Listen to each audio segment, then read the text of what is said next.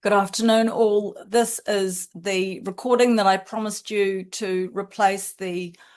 final 20 to 25 minutes of the lecture on the 14th of October.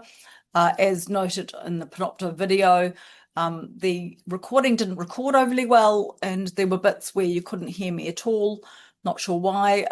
So I've removed that part of the recording altogether, and there will be two replacement videos in place of that last sort of 20 minutes, 25 minutes.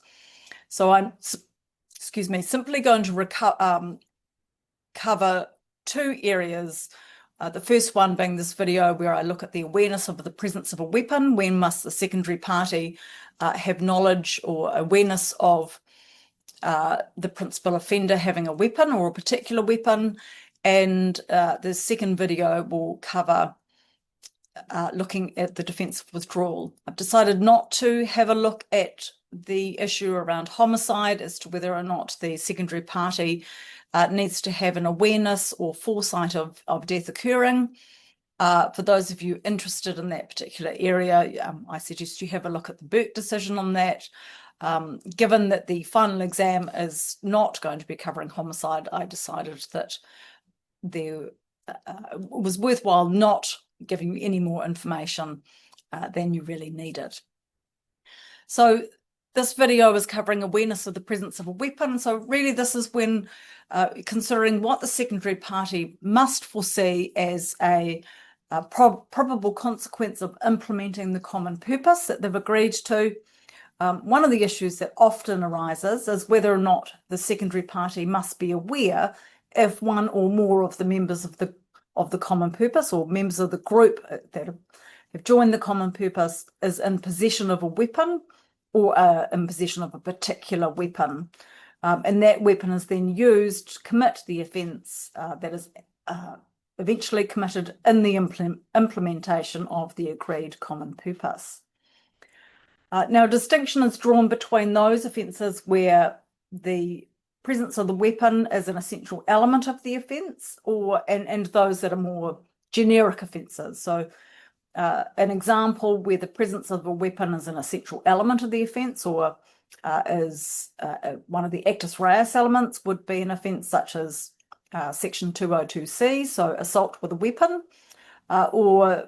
perhaps offences like aggravated burglary or aggravated robbery being the example that we discussed in one of the workshops, where it is the presence of a weapon that elevates or aggravates the offending of assault or of burglary or robbery to a higher level of offending. And therefore, in order for a secondary party to be liable for that aggravated offending, then they must know that it is probable that one of the group possessed a weapon at the time that they joined the common purpose in order to be liable for the aggravated offence under section 66(2).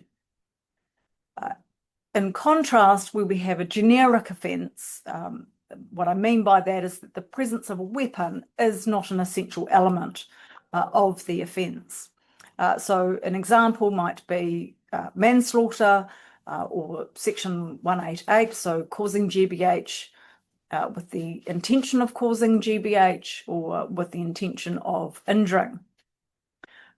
So the level of harm, either death or the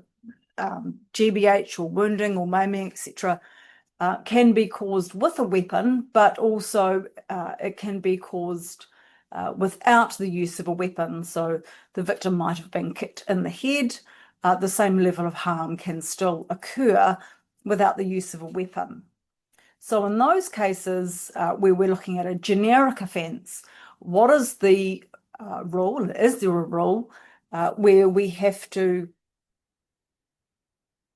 be clear that the defendant or alleged secondary party was aware of the presence of the weapon, or is that not something that the secondary party has to be aware of to be liable under section 66(2) if they in fact weren't aware that the person had a weapon and they then go on to use it? So it's these generic offences that we are looking at in this particular video. So just to give you an example to make sure that you understand the context in which we are considering this question. So a defendant agrees to a common purpose of assault, and one of the members of the group then has a weapon that they don't know about, and the implementation of the common purpose of carrying out the assault, that other member of the group pulls out a weapon, uses that weapon in the course of the assault, which leads to a much more serious assault or much more serious harm than was intended by the alleged secondary party. And the question is, can they be liable for that more serious violent offending or more serious harm that is caused if they didn't know about the presence of the weapon?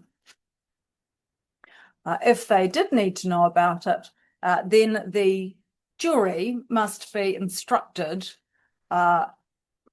that effect,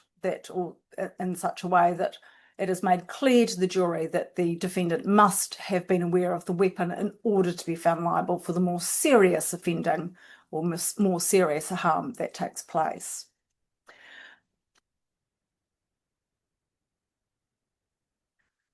Now, the current position in New Zealand is as set out in the Supreme Court decision of Edmonds and the Queen, and this is still the leading case in this area, notwithstanding the fact that it was looked at by Burke again, but Burke also didn't change the law in this area. So the current position is that there is no legal requirement that common purpose liability depends on a party's knowledge that one or more members of the group were armed. Okay, so there is no general rule that for liability to attach under section 66(2), where a weapon is used, that the secondary party has to know about the weapon. It will very much turn on the facts of each case, and things such as the definition of the common purpose as set by the prosecution are going to be important. As we discussed previously, when setting the common purpose, the level at which the common purpose is set is a very important part of the prosecution case. And obviously what the secondary party or alleged secondary party intended when they joined the common purpose, what was the intention of the common purpose, so what did they agree to, and also the eventual offence which is ultimately committed. So it really turns on the facts of each case, which I know for you as students is not helpful, but hopefully by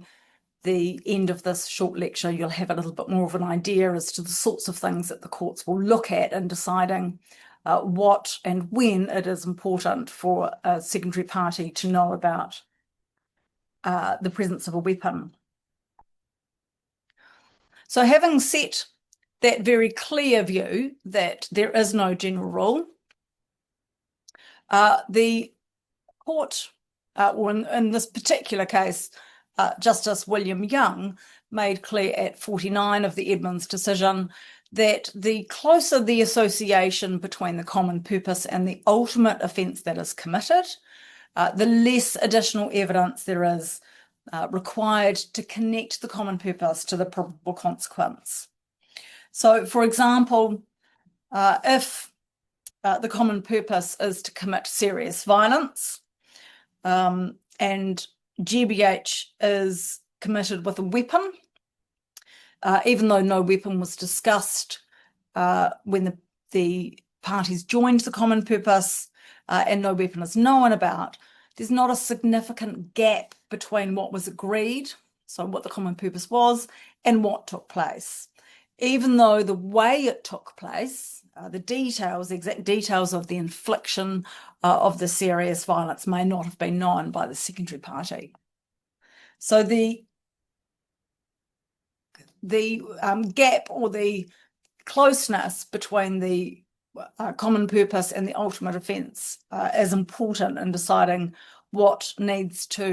additional evidence is required to either bridge that gap, or whether or not, if that additional evidence is lacking, whether the eventual offence that is committed was not, in fact, a probable consequence.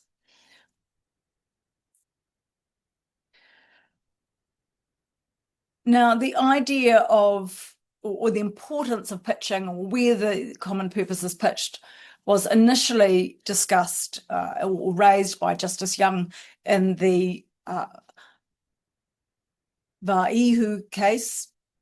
And so this was a case that involved a grievous bodily harm, and the question of whether or not the three brothers who were involved in this case needed to be aware of the presence of a weapon became very much a central part of the case when it went to appeal. So just to give you a little bit of an idea of the facts so that you can see the context of the argument, in this case, three brothers were part of a group that attacked a rival group. There'd been an altercation previously, so this attack was considered to be a sort of an act of retribution or an act of revenge. So in the group that the brothers were a part of was a large group. It wasn't clear on the evidence as to how many were involved. It was somewhere between 8 and 13. On the Crown evidence, they alleged it was 13. On the defence evidence, they said it was only 8. But either way, the three brothers were part of a large group, and the opposing group that they had this altercation with, or the violence was committed against, was a group of 3. So either way, they were quite severely outnumbered. Now, two of the group that the three brothers, the Vaihu brothers, were a part of, 2 of the members of that group had hammers, but the evidence wasn't clear as to whether or not the 3 brothers knew about the hammers. 2 members of the rival group that they attacked had baseball bats, but when the altercation took place,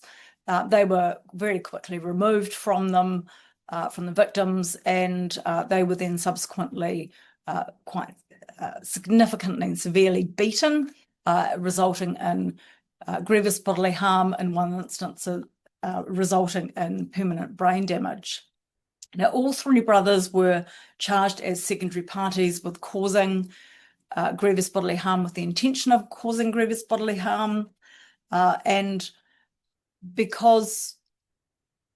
with the intention to cause grievous bodily harm is an element of Section 1881, they, as the secondary parties, either needed to have either that the assault with such intent needed to be part of the common purpose. So the common purpose had to be that an assault would occur with an intent to cause that level of harm, or they needed to know an assault with such an intent was a probable consequence, i.e. that it was something that could well happen in the implementation of the common purpose of carrying out a lesser assault. In the trial, 2 of the brothers were found guilty of having carried out GBH with the intention of causing GBH, and then one of the brothers was found guilty of Section 1882, so causing GBH with the lower level of mens rea. There was also an additional charge of assaulting with a weapon, so Section 202C, which they were not found guilty of, and on the basis of that, the sentencing judge concluded that the jury weren't satisfied beyond reasonable doubt that they knew that 2 members of their group had hammers. Okay, so that was obviously quite significant, that was the finding on the evidence. Now, all 3 appealed their convictions. The appeals were on different bases, but one of the things that they all appealed on was this question of whether or not the jury should have been directed that it was important that they know what was essential, that they knew of the presence of the weapon in order for them to be found liable under Section 188. Now, the appeals were unanimously allowed, and the matters were then sent for a retrial, but not necessarily on the same grounds across all of the reasons for all of the grounds of appeal. The majority judgment, which was given by the Justices Chisholm and Heath concluded that with respect to the weapons, they did not consider that the brothers needed to be aware of the presence of the hammers, of the weapons, in order to be found guilty under Section 188. The reason that they gave for that was because of the number of attackers. So they severely outnumbered the number of the rival group, the evidence that the victims were knocked down and kicked, and also the evidence that was given by the brothers themselves to the police about the role that they played in the offending. Now, although the appeal was allowed unanimously on other grounds in relation to a confusing direction given by the judge in other areas, with respect to this particular point regarding the presence of a weapon, Justice William Young did not agree with the majority judgment of Justices Chisholm and Heath, and although he noted that serious nature of group violence often means that the existence of a weapon is immaterial because of the likelihood of serious harm occurring, in this particular instance, he felt that this was a case on the margins where he would have taken the more conservative approach of giving a jury direction that in fact, the brothers did need to be aware of the presence of the weapon. Now, Justice Young saw the way in which the Crown, and this is where this the importance of setting the common purpose first really came to light, or was raised in the cases so Justice Young saw the way in which the Crown pitched the common purpose to be a key aspect of the prosecution case when relying on Section 66(2). And as we've discussed previously, that if the case involved an assault causing GBH, if the Crown pitched the common purpose being low as an assault, then it would be easier to establish that all the parties had agreed to that common purpose, but much harder to prove that the serious assault that occurred was a known probable consequence of the implementation of the common purpose of assault. Right? So in that instance, the gap between the common purpose and the actual offence that occurred is bigger. Right? So in that instance, you might suggest that there is evidence that is required to bridge that gap. In contrast, if the common purpose is set at a higher level, say an assault with an intention to cause GBH, then it's harder to prove that all members of the group actually agreed to that common purpose, but it's going to be easier to show that where serious violence is committed, that level of harm was a probable consequence or a known probable consequence of carrying out the common purpose. Now, in this particular case, where the gap is small, so where you've got the intention to cause serious harm as your common purpose, then the eventual offence that occurs is actually serious harm, then the presence of a weapon is less likely to be a decisive factor in determining what the probable consequence of implementing the common purpose might be, because the gap between the common purpose and the eventual offence is very small, and sometimes obviously is the same, and that what is actually occurs as the final offence is really what was intended. So whether the serious harm that eventuated was caused by the kicking of the victim in the head or by striking the victim in the head with a weapon doesn't change the nature of the offence that was known by the secondary party as something that could well happen or was intended in carrying out the common purpose.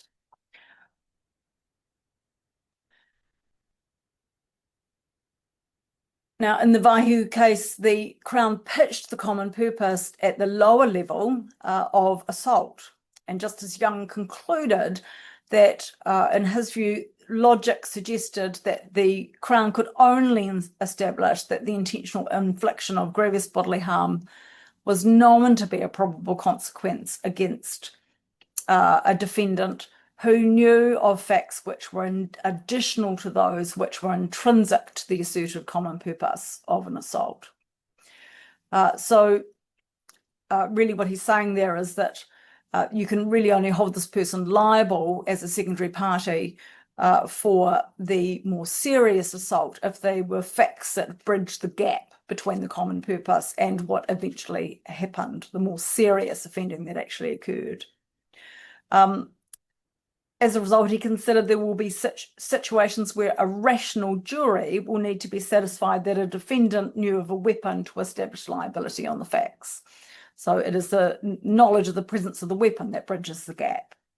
So as a result, in the Vaihu case, Justice Young said he would have taken the more conservative approach of giving a jury direction, that the Vaihu brothers did need to know about the weapon,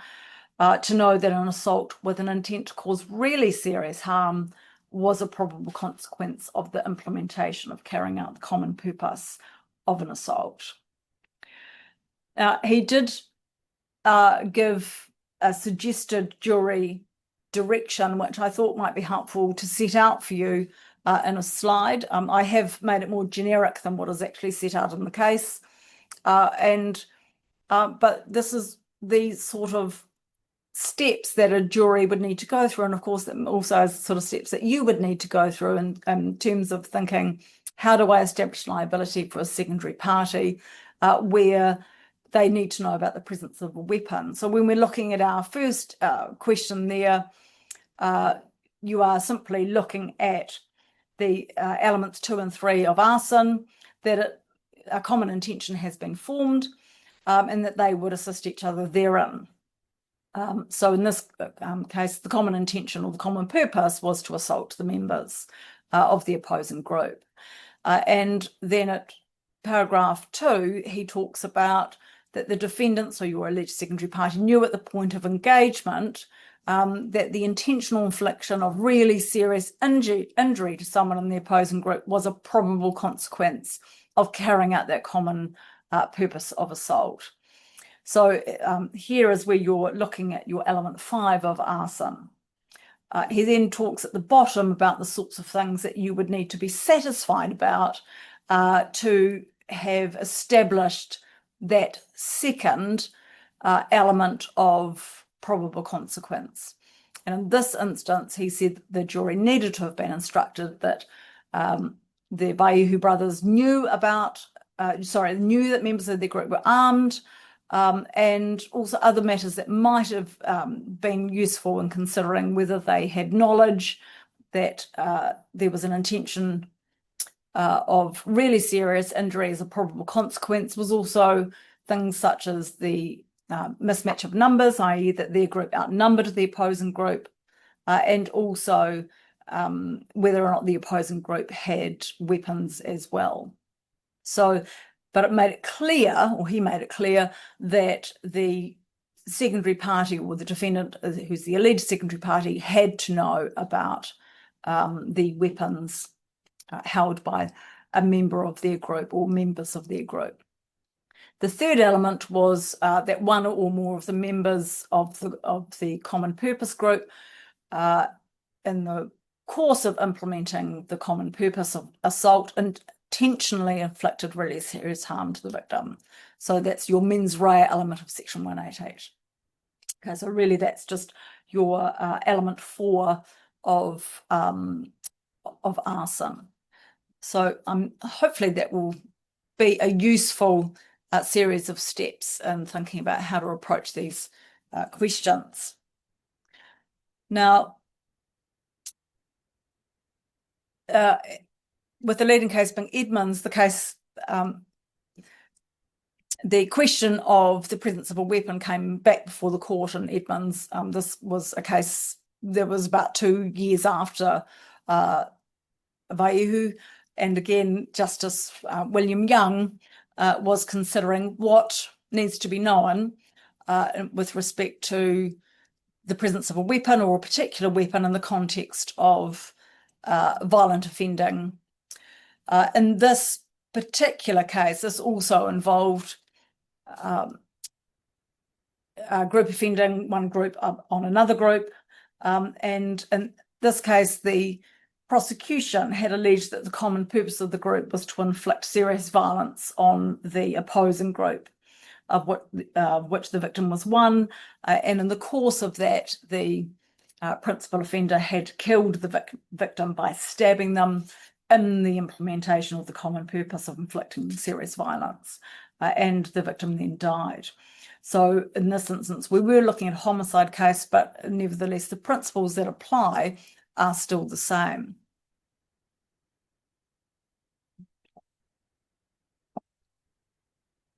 And in this case, the question wasn't so much the presence of a weapon, but a presence of a particular weapon, because Mr. Edmonds himself was holding a weapon. In fact, he had a gun, and he was aware that another member of the group had a baseball bat, but he said he wasn't aware that a member of their group had a knife, and the appeal that eventually went to the Supreme Court was on the basis that that he needed to know about the particular weapon that was used in the assault that eventually happened, for him to be liable as a secondary party to either a murder or to the manslaughter, for manslaughter. Now, it was also material that he had in fact pleaded guilty to a participation in an organised criminal group with the specific purpose of inflicting serious violence. So that meant he had already accepted that the group's common purpose of violence involved a serious risk of serious harm. So he had already accepted that he knew in implementing the common purpose of inflicting serious violence that serious harm was a probable consequence, being something that could well happen. Now, the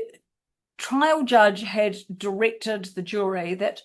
Mr. Edmonds needed to know a weapon was being carried, but he didn't need to know it was a knife. Okay, more obviously, he knew a weapon was being carried. He himself was carrying a weapon, but the evidence was that he had stayed by the car when the stabbing took place.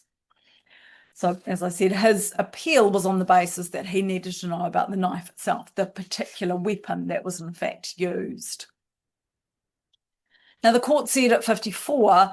well, they dismissed the appeal and they said there was no need for a direction to the effect that Mr. Edmonds needed to know about the knife, that he had in fact set in train a sequence of events, and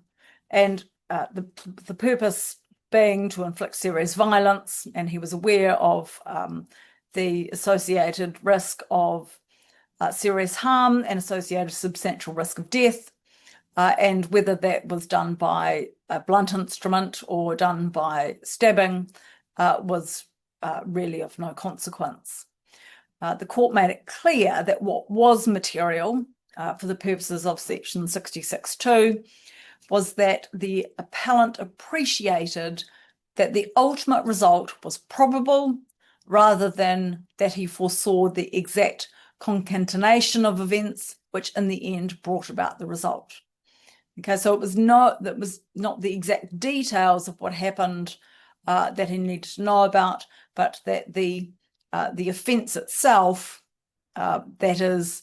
of really serious harm or the risk of death, was what he and associated substantial risk of death was what he needed to have foresight of. So there was no need for the Crown to prove in this particular case that he knew about the knife and therefore that death would occur by stabbing in order for him to be liable. Now,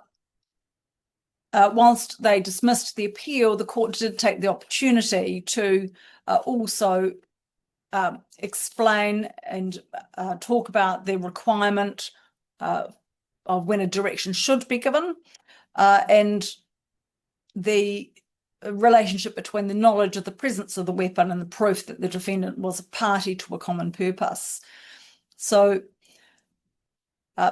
they made it clear that, as I said earlier, that it will depend very much on the particular circumstances of the case and the particular charge alleged. And they said at paragraph 50 of the judgment, where the secondary party was aware of the presence of weapons when they joined the common purpose, then it can be inferred that the common purpose, which extended to the use of weapons, that they knew, it can be inferred that they knew that that was a probable consequence of the implementation of the common purpose. So if you know about the presence of weapons and those weapons are then used, then an inference can be made that you have knowledge of probable consequences of the use of those weapons. But the common purpose isn't necessarily confined to that use. Now, remember, of course, that in Quinn and Edmonds, they were looking at a particular weapon used as opposed to a weapon full stop. Right? Having said that there is no general rule that you must know about a weapon or a particular weapon, they did go on to say that sometimes the knowledge of the weapon is the only evidence that the alleged secondary party either shared the common purpose alleged because they knew about the weapon, or that they had some appreciation that the ultimate offence was a probable consequence. So in those instances, the knowledge of the weapon is obviously going to be material, is going to be something where the Crown are going to have to show that they had knowledge, and therefore that a jury direction should be given. Where sometimes that is the only evidence to actually show that this person joined the common purpose and therefore had the ultimate appreciation. In other cases, however, the common purpose and knowledge of probable consequences can be assessed by what the parties intended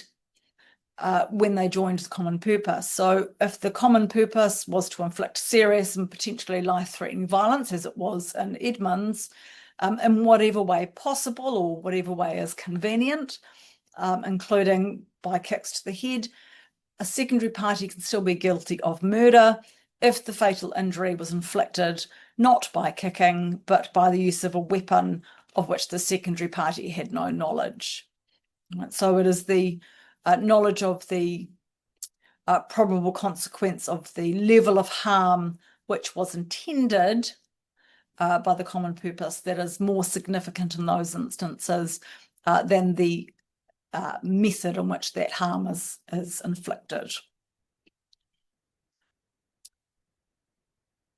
The court did go on to say, though, at 51, and this is the last slide, that there may, however, be cases where the use of a weapon is that the other person didn't know about, or the alleged secondary party didn't know about, that means that the eventual offence that is committed is such a departure from the common purpose as to not be regarded as occurring in its implementation. So there's such a gap between what actually occurs and what was agreed that you wouldn't even say that the use of a weapon is in the implementation of the common purpose of what the person agreed to or intended. But if the Crown can establish a relevant and sufficient common purpose, and that the offence ultimately committed was a probable consequence of its implementation, then it is difficult to conceive that the nature of the weapon used was a controlling significance. Right. So again, remember that in Quinn and Edmonds, the question there was around the nature of the weapon used as and not just the issue of a weapon full stop. So really what the guidance being given here is that it will really depend on the facts of each case, what the common purpose as defined by the prosecution is, what the eventual offending that occurs is in terms of what is the gap between those two, whether or not that needs to be bridged by additional evidence of presence of a weapon, that the person knew about a weapon, and possibly other evidence relating to the the type of offence that therefore might flow from the implementation from the common purpose, such things, for example, as severely outnumbering other members, severely outnumbering the rival group, etc. The other sorts of things that might come into play in thinking about the probable consequence of an additional offence or more serious offence is knowing about someone's propensity to violence, knowing about someone's volatility when confronted by a situation, which is obviously something we've discussed in relation to Section 66(2) anyway, and even in the absence of a weapon. Right? So again, these things do turn on their facts, and I know that that makes it much more difficult for you, but certainly Quinn and Edmonds advanced us a long way in providing some guidance as to when a direction should be given as to when the alleged secondary party should know about a weapon or not, and whether it's going to be material or not, and whether it will be a determining point in deciding what is a probable consequence. So I hope that that means that the waters are a little less muddy on this point, and I'll leave it there, and I'll do a short video on the defence of withdrawal, which will bring your party liability lectures to a close.